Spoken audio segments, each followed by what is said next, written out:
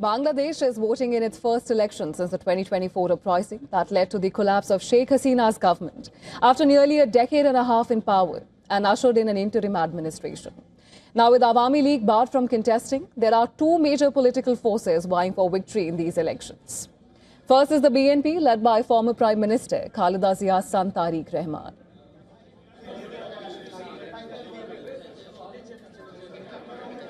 And the second is a coalition of Islamist parties led by Jamaat-e-Islami. Opinion polls vary widely, though most give BNP the lead, with some suggesting a knife-edge race.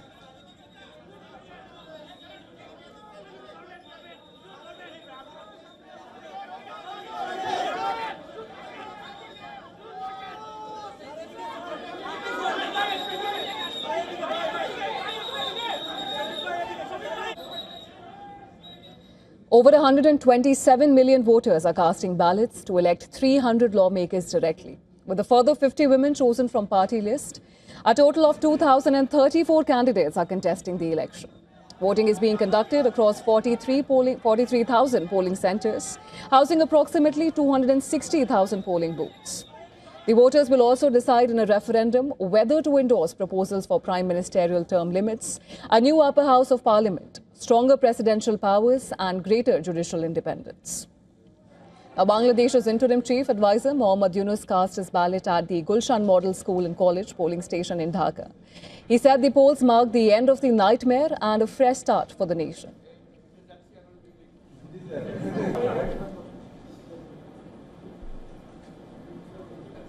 Earlier, BNP's Tariq Rahman and Jamaat's Shafiqur Rahman also cast their votes. While Tariq Rahman urged all to vote to prevent conspiracies, Shafiqur Rahman called the polls a turning point.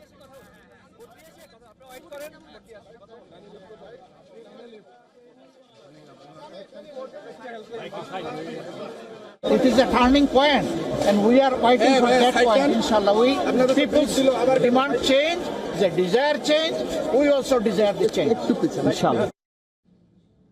And for more details, our Assistant Editor for Foreign Affairs, Siddhant Sibal, has sent us this report from Dhaka. Take a look. For many here in Bangladesh, today is a historic day. They see this election as very important for country's political future. With me is Rabbi, who is our correspondent here in Dhaka, and we'll speak about the elections. But Rabbi, I would like to know your view about the referendum, which is seen as key in many ways. How do you see it bringing the political changes in the country? It's also being criticized for being vague at some point. It's almost 84 points. Well, the referendum, it's not the first time that it's happening in Bangladesh. There were previous times, and in every time the public has voted yes. So it is yet to be seen what's going to happen. Although there are 84 reform issues, it has been simplified into 4 points for the public in the pink ballots. One thing I would like to show you that there's a lot of security, and you can see behind me a lot of security presence as well. This is clearly something that I have seen since morning, other than of course the color around it, given the fact that a lot of rickshaws are being used for branding of the main lead political parties and their contenders. But clearly this election is seen as a break from the past. Am I correct when I say this? This election is a break from the past. People are enthusiastic about casting their votes, so it's really early to tell, but we're on the ground to see what's going to happen, right? So that's the view on the ground from me and Rabbi, and we will be giving you all the live and latest updates on this election, the big election, which is seen as key, pivotal in terms of how it goes forward to, given the fact that there is a lot of presence of international observers as well. With video journalist Neeraj Patel, Siddhant Sibal for WION in Dhaka, Bangladesh. It is indeed a pivotal moment, and to unpack it further, we're joined live on the broadcast by Ambassador Humayun Kabir. He's a former Foreign Secretary of Bangladesh and President, Bangladesh Enterprise Institute, Dhaka. Thank you so much, Ambassador Kabir, for joining us on the broadcast. And in the next few minutes, let's quickly try and help our viewers understand why all eyes are on Dhaka right now and what are the larger implications of this moment. Now, first up with... Thank you very much. Absolutely, sir. It's a pleasure to have you. I mean, why the eyes? Yeah, okay. Let me try. Sorry for interruption. No, sir. Absolutely. This is the first, I would say, election that is taking place after the rise of Gen Zs, or I would say, uprising of Gen Zs. And as you have rightly pointed out at the beginning, 127 million voters are ready to cast their votes. So it's a big number. And Bangladesh, being the third largest population in the South Asian subcontinent, I would say, South Asian landscape. So it's very important, not only for Bangladesh, but also for the region, and in a way, it will have some vibrations around the world. Absolutely, And Ambassador Kabir. And from what we understand now, Tariq Rahman and his BNP has emerged as the front runner, facing strong opposition from the former ally Jamaat. Now, whoever wins this election will have an uphill battle to handle. And how challenging will it be to translate an electoral will into a stable governance, especially given the turmoil in Dhaka over the last few months?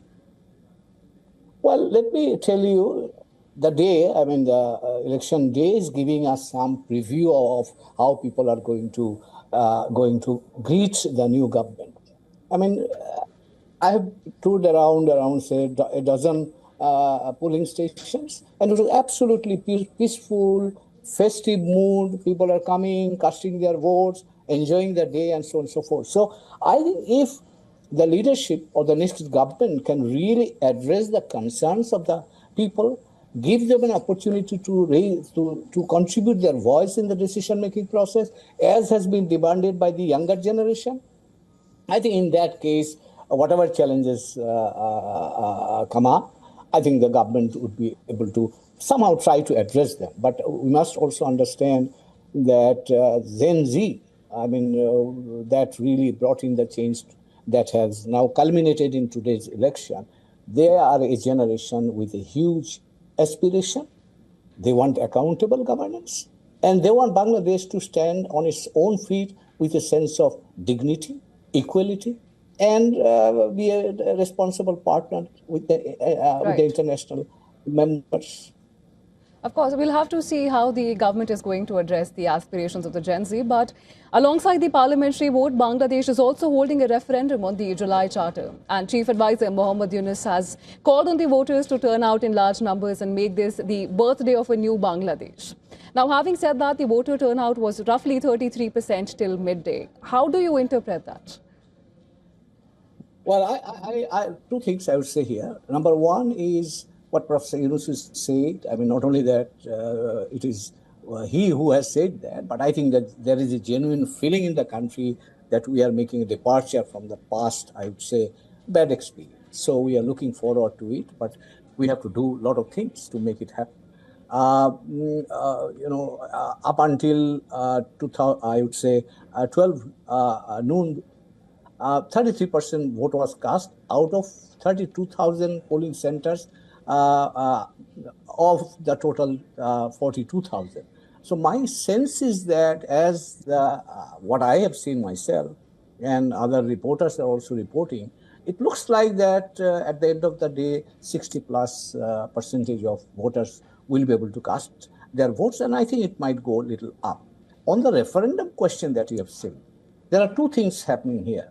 People are deciding on the midterm prospect of democratic governance. That's being decided with the parliamentary election, which will give birth to a new parliament, which will in existence for next 5 years. But what they're deciding also is a raft of reforms that will really determine the future governance of Bangladesh for decades to come. And here I must tell you, yes, there are some confusion about what is there in the referendum. But if I can summarize in one sentence, the referendum really symbolizes a question whether Bangladesh wants to be ruled as it was before, or it has to be ruled or governed in a new way. So my sense is that people believe that Bangladesh should make a departure with its past. And that's again my sense is that perhaps the yes vote would be, or referendum would be approved by the people. And if that is done, then the next parliament will have a lot of responsibility to translate the popular will into the legislative process and amend the constitution and other governance institutions. So hard work remains ahead as well. Absolutely, Ambassador Kabir, and a clearer picture would emerge as the voting begins. But from the era of the Battle of the Begums to now this resurgence of the Rahmans, how decisive do you think will the youth vote be in shaping this next political chapter of Bangladesh? It will be very important because the last change that has come in August 2024, it was spearheaded by the youth, of course supported by the mass population. So the youth expectation would be a determining factor. And it's not that the youth expectation is beyond the expectation of the common people. The people of Bangladesh wants a responsible governance, accountable governance, corruption-free governance, and where people can participate and exercise their rights to decide on the governance. So I think this is the template that people would be delivering to those who form the next government, and they will have to live up to that expectation. And we can categorize that as a Gen Z's aspiration, but my sense is that as a freedom fighter in 1971, that our very liberation war was conducted based on our aspiration for a democratic governance, a non-discriminatory society, a just society, a dignified society. So those are the aspirations connected to the birth of Bangladesh, which has now been sharpened by the younger generation in their uprising in 2024. And I believe that that's the right thing for the next government to really pay some attention to it and build up, I would say, a nation that can be owned by everybody. Right, and Ambassador, another demographic which played a pivotal role in the 2024 movement were, of course, women. But we've seen that the parties have failed to field even a modest number of female candidates. And this election is missing towering figures like Sheikh Hasina and Khalida Zia this time. Now, I'm just curious to understand from you, why are we seeing this disconnect? Oh, well, there are, I would say, official kind of arrangement in Bangladesh, the political party or establishment, let me put it that way, the establishment approach to women and the societal approach to women. So when you look at the establishment approach to women, establishment, I mean the political parties and so on and so forth, they are still not ready to allow women participation to the extent we want or the country wants.